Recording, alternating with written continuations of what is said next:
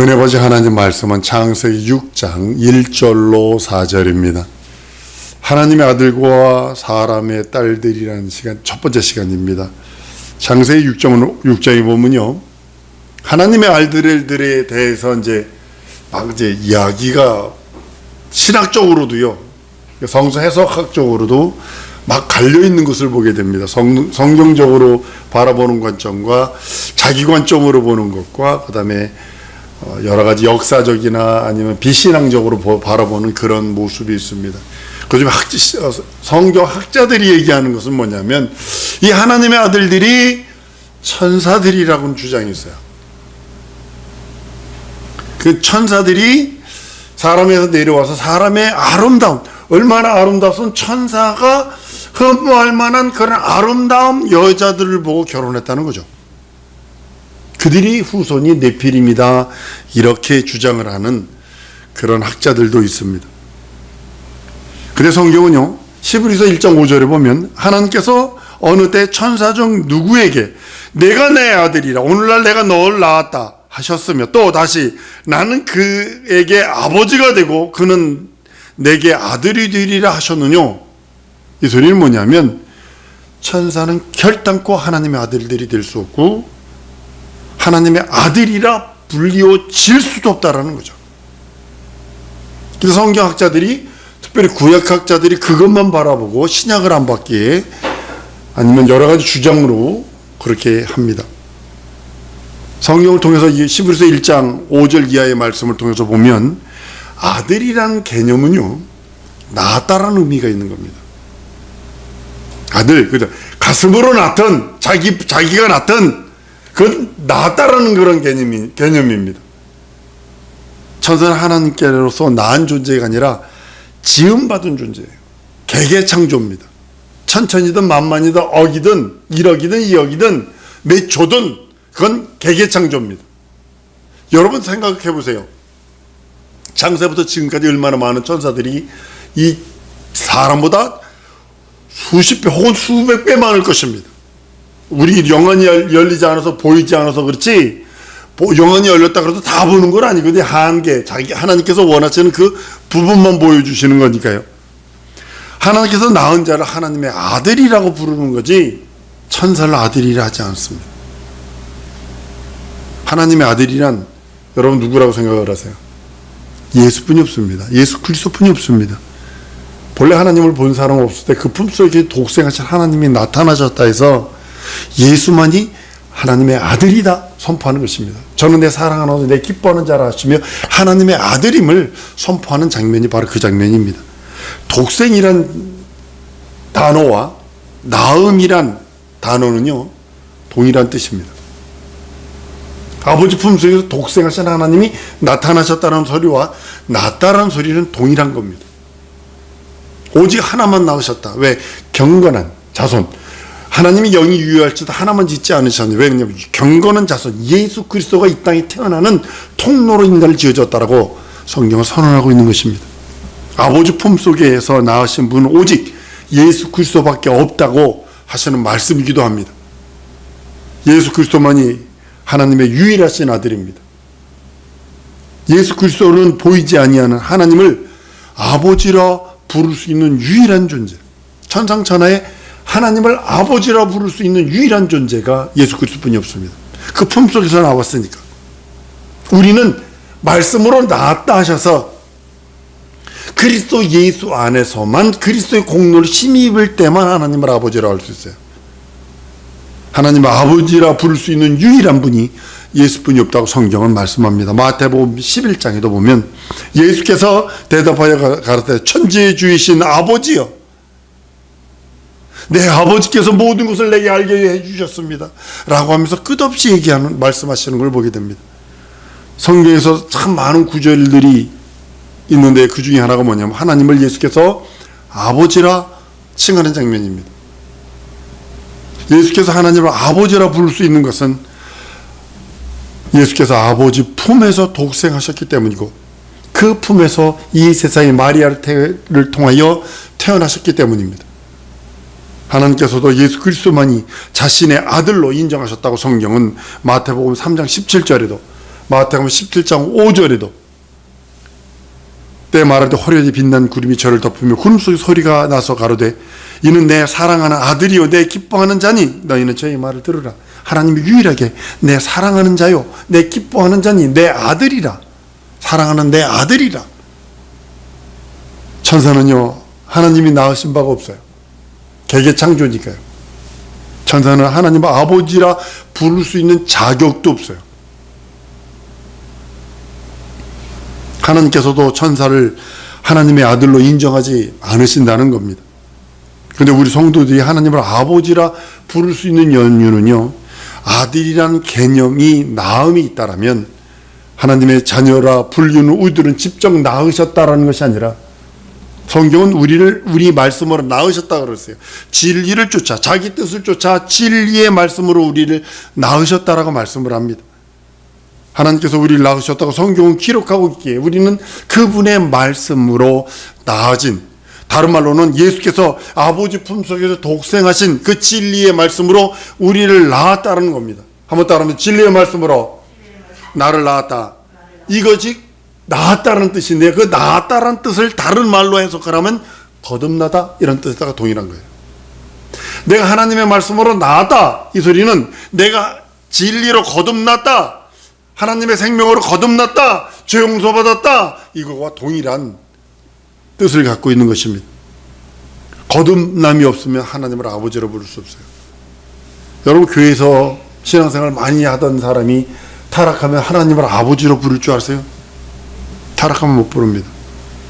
타락하고 그 전에 그렇게 불리우던 아버지가 아버지가 하나님을 아버지 하는 것이 아무런 꺼리낌이 없던 사람이 타락해 딱 해버리니까, 성령방해를 딱 해버리니까 그 다음부터 하는 것이 뭔지 아십니까?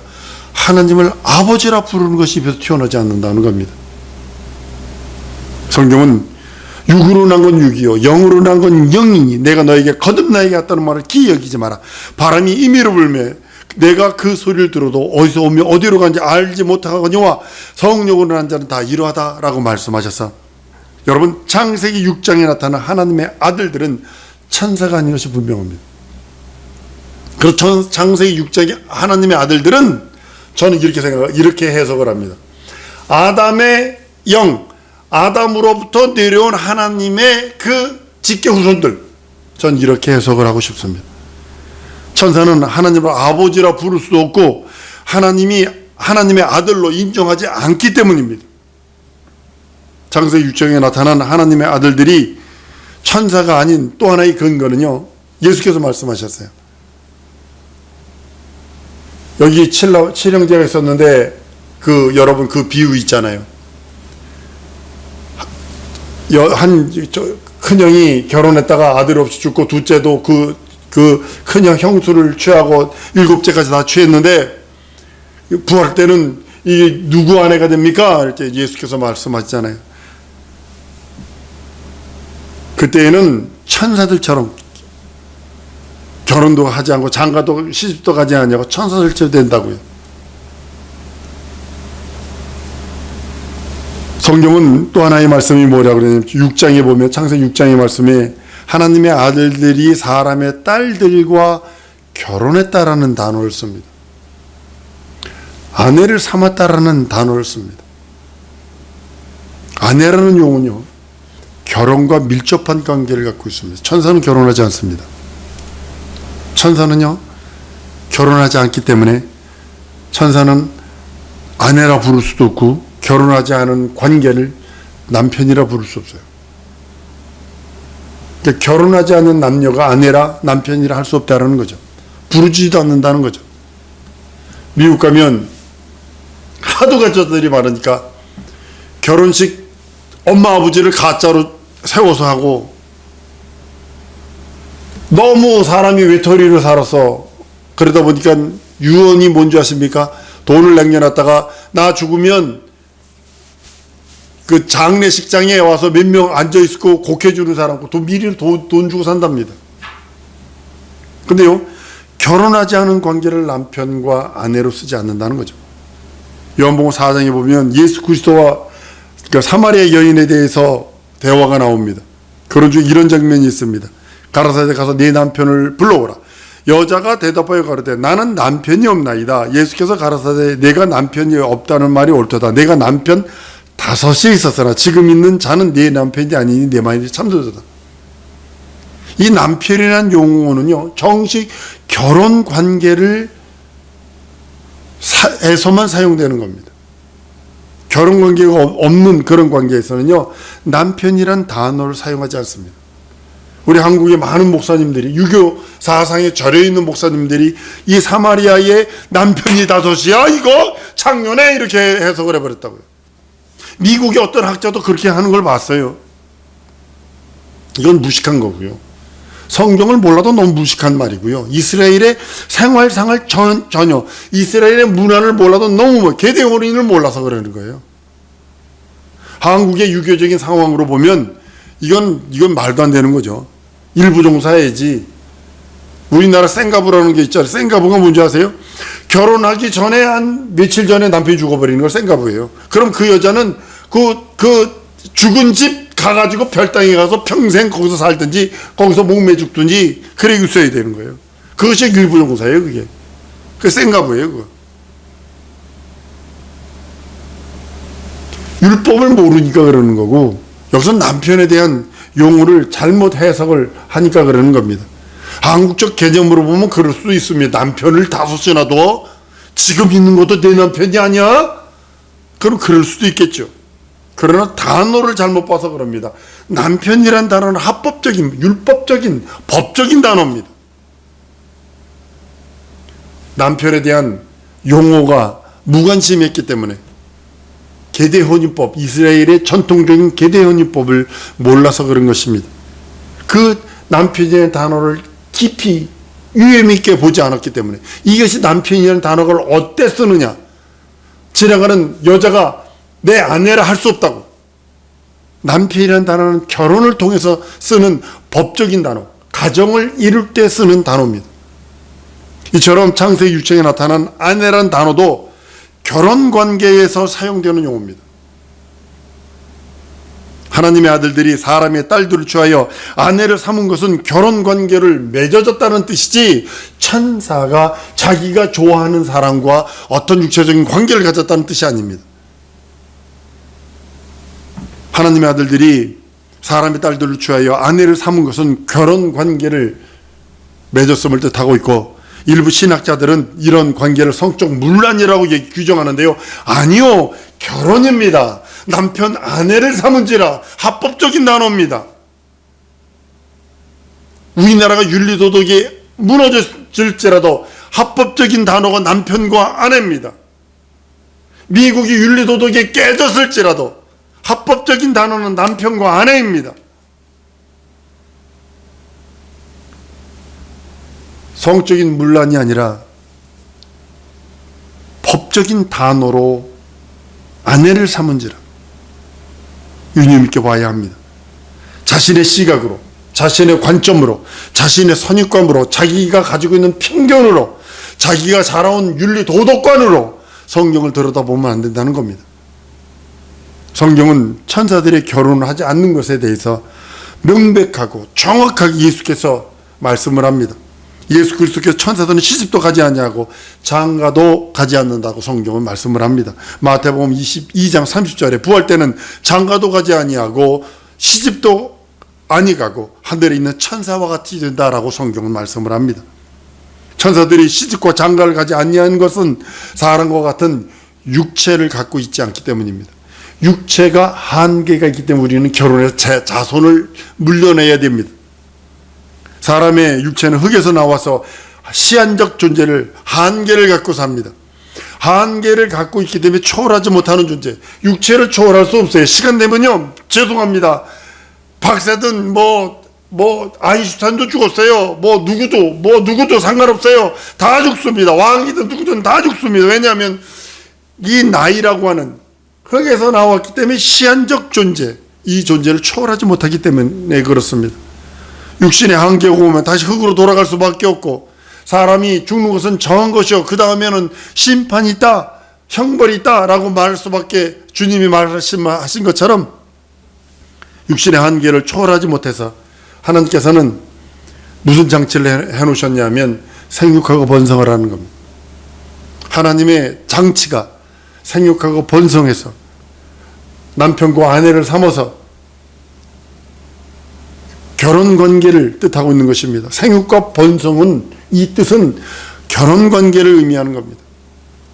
결혼을 통해서 자손을 낳고 그 자손이 또 자손을 낳고 혈통을 계속 유지하라고 하는, 하나님께서 생육하고 번성하라 하는 육체의 한계를 극복할 수 있는 초월의 방법으로 그것을 주셨다는 겁니다.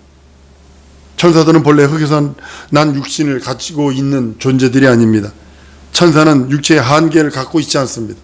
우리보다 월등한 존재죠. 육체의 한계가 없으니까요. 뭐 배고플 필요 있어요. 뭐 아침 먹으면 점심 뭐 입어, 뭐 먹어, 뭐 권사님처럼 넘어져서 무릎판이 깨질 필요가 있어, 감기 걸릴 필요가 있어, 뭐가 있겠어요? 그럴 필요가 없는 거예요. 월등한 존재죠. 영원한 존재, 늙지도 않죠. 영원한 존재죠. 그들은, 천사들은 지음받는 때부터 영원한 존재로, 영생의 존재로 지음받습니다. 다만 영생하시는 하나님의 말씀을 명령으로 받아 움직일 때 영생하는 겁니다. 물론 스스로 사는 존재가 아니라 하나님의 생명을 공급받아야, 하나님의 영원한 하나님의 명령을 공급받아야, 순종으로 공급받아야 사는 존재들. 우리도 마찬가지로 하나님의 말씀, 영생의 말씀을 공급받아 내 영혼이 순종할 때 내 영혼의 양식이 되는 것처럼, 육체는 이거 먹고 저거 먹을 수 있지만 영혼만은 그렇지 않습니다. 천사도 마찬가지로 육체는 양식이 필요 없지만 하나님의 생명을 공급받아야 되는데, 천사의 하나님의 생명은 그 말씀에 순종하는 것 외에는 없어요. 그 말씀 따라 복종하는 것 외에는 없어요. 천사들은 결혼관계가 필요 없어요. 천사들이 하나님의 아들로 불릴 수 없습니다. 사람의 딸들과 결혼하여 자손을 낳을 수도 없습니다. 성경적으로 적합하지도 못하는 것들입니다. 우리는요, 진리로 나를 낳으셨다고 그랬어요. 예수께서 그 말씀, 진리이신 그분이, 나를 거듭나게 하신 그분이 예수로 말미암아 하나님을 아버지라 부를 수 있는 자격을 주셨으니, 진리는 예수 그리스도가 하나님의 아들이심을 믿는 것이, 곧 다른 말로는 예수는 하나님이시다 믿는 것이 진리요. 예수의 공로만이 내게 은혜가 되며 내게 그것이 영원한 생명이며 그 말씀 따라 순종할 때 영생하는 것을 믿는 것이, 그것이 진리며, 예수 이름이 죄 용서의 이름이며 구원의 이름이며 영생의 이름을 믿고 의지하여 그 말씀 따라 살아가는 것이 내 영혼의 진리요. 그 말씀으로 살아가는 겁니다. 난 우리 사랑하는 성도들이 그 말씀 따라 이제 살면서 그 이름에 합당한 영광을 돌리기 원합니다. 그래서 권능 들고 하셔야 돼요. 여러분들 권능 없으면요, 그냥 유지만 됩니다. 자기 유지만 합니다. 자기 유지만. 그러다 벌거벗은 구원 겨우 받는 것이 될 수밖에 없습니다. 이 시간에 우리, 나 진리를 믿고 있사오니, 예수가 하나님이심을 믿사오니, 하나님의 아들임을 믿사오니, 내게 진정으로 진리로 날 거듭나게 하셨으니, 하나님을 아버지라 부르게 그 자격을 주셨으니, 하나님, 내가 이 평생 주 앞에 이를 때까지 하나님 앞에 합당한 영광을 돌리다 주 앞에 가기를 원하오니 내게 권능 주세요. 내게 진정으로 하나님의 권능, 다른 말로 성령 충만을 주셔서 하나님의 권능으로 말미암아 진정으로 그 앞에 합당한 영광을 돌리다 주 앞에 이르기 원하오니, 하나님 내게 권능으로 역사하시고 능력으로 역사하시고 예수의 그 진리, 영생의 말씀에 순종할 수 있는 믿음. 여러분, 내 것으로는 도저히 순종할 수 없어요. 내 것으로는 도저히 행동할 수 없어요. 내 것은 도저히 그 말씀 앞에 부정할 수 없어요. 하나님이 주신 믿음으로, 하나님 주신 권능으로, 하나님 주신 능력으로, 하나님 주신 이적으로, 하나님의 주신 생명으로 하나님의 말씀에 순종하며 하나님 말씀 따라가며 합당한 영광을 돌리며 거듭난 자로 살기 원하오니 함께 해달라고 우리 다 통성으로 기도하십니다.